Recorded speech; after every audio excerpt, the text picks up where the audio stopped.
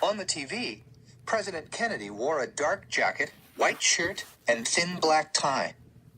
He sat at a desk with a dark curtain and an American flag behind him. The president had a funny way of speaking that had something to do with being from an important Massachusetts family. He said that the Soviets had given false statements about their weapons. The Soviets was also another name for the Russians, who were also called commies, Ruskies, and Reds. The president said that the Soviets were putting two types of weapons on Cuba: medium-range ballistic missiles that could reach Washington, and intermediate-range missiles that were capable of reaching Hudson Bay in Canada. Sparky glanced at me with a scowl. Our parents had once gone to Canada for a vacation and came back with Hudson Bay blankets, and I bet he was wondering why the Soviets would want to shoot a missile all the way up there. Unless they had something against blankets. The president said the missiles were weapons of mass destruction, and that the Soviets were lying about why they were putting them on Cuba. He used a lot of big words, and when he said a quarantine of Cuba was going to be initiated, I wanted to ask Dad what that meant, but I knew he'd tell me to wait until the speech was over. When the president began talking about the organ of consultation and the Rio Treaty, Sparky started playing with a slinky. I was tempted to play with my army men, but I watched mostly to see if the president would explain what the commies had against Hudson Bay and what a quarantine was. Then Mom came in. I had a feeling that she'd stayed out of the den on purpose to let Dad know that she was against Sparky and me watching the speech. But now she finally gave in to curiosity. She stood with her arms crossed while President Kennedy said that many months of sacrifice and self-discipline lay ahead, and that the cost of freedom was always high, and one thing we would never do is surrender. Then he said, "Thank you and good night." And the speech was over. I looked at Dad. When he talked about the cost of freedom, he wasn't talking about money, was he? Dad sighed and shook his head. "Maybe we shouldn't go to school tomorrow," I whispered to Dad at bedtime that night. Sparky was already asleep in the other bed. Dad's forehead wrinkled. "Why?" "If the Russians attack, we may not have time to get home." Dad leaned forward and kissed me on the forehead. "Go to school. Don't worry so much." But it was impossible not to. Chapter 49. Everyone's sick. The air smells tart and pungent, and there's hardly a moment when someone isn't sitting on the toilet bucket.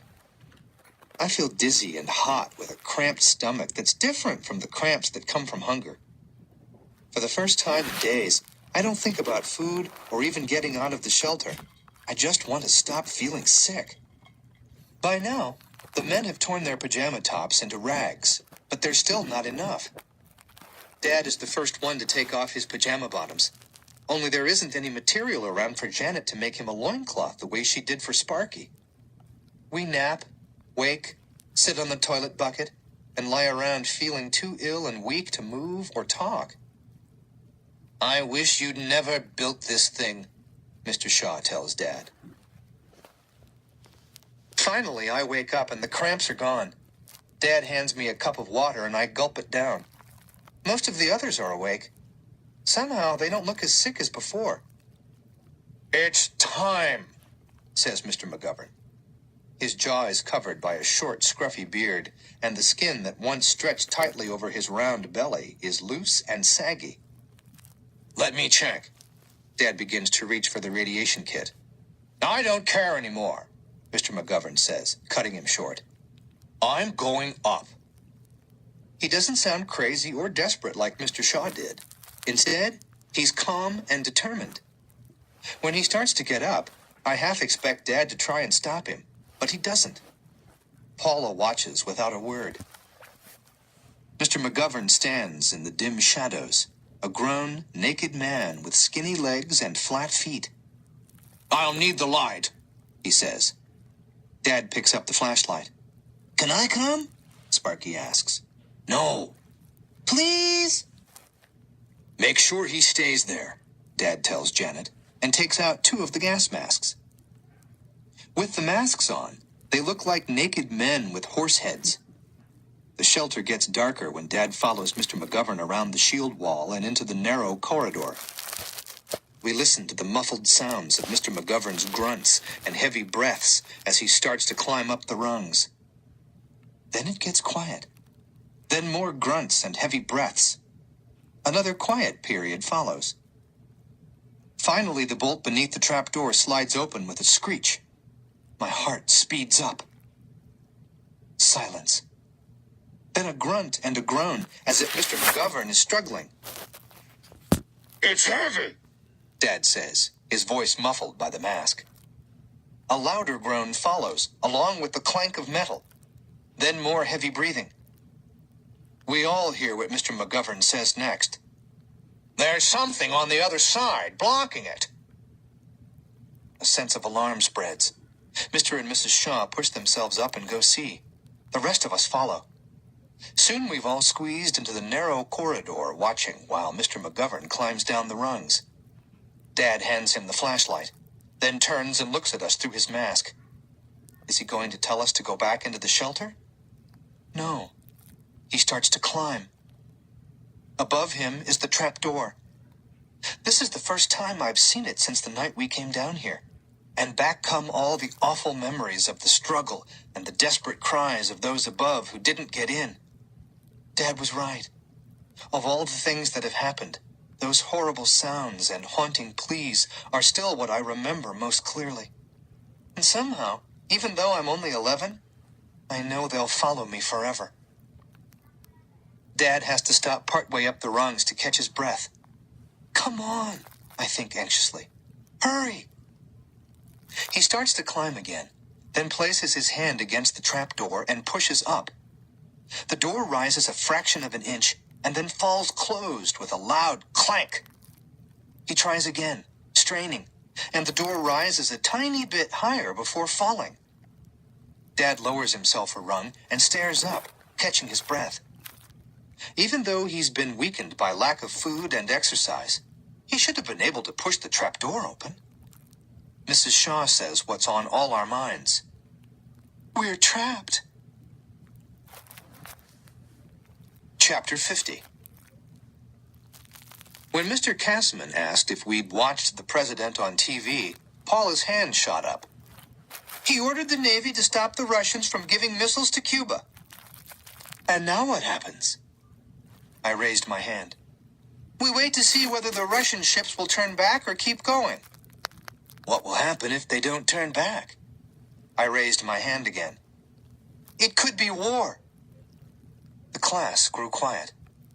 Was everyone thinking that the sirens might start at any moment? That right at this very second, Khrushchev could be ordering an attack? That Russian bombers might already be on their way and missiles could be blasting off? Dickie Keller raised his hand. My father says we should bomb them before they bomb us. But what if they don't really intend to attack us? Asked Mr. Cassman. Eric Flom raised his hand. Then why are they putting missiles on Cuba? Some people think it's because we have missiles in Turkey aimed at them. We do? Freako Nature asked in his normal voice, sounding surprised.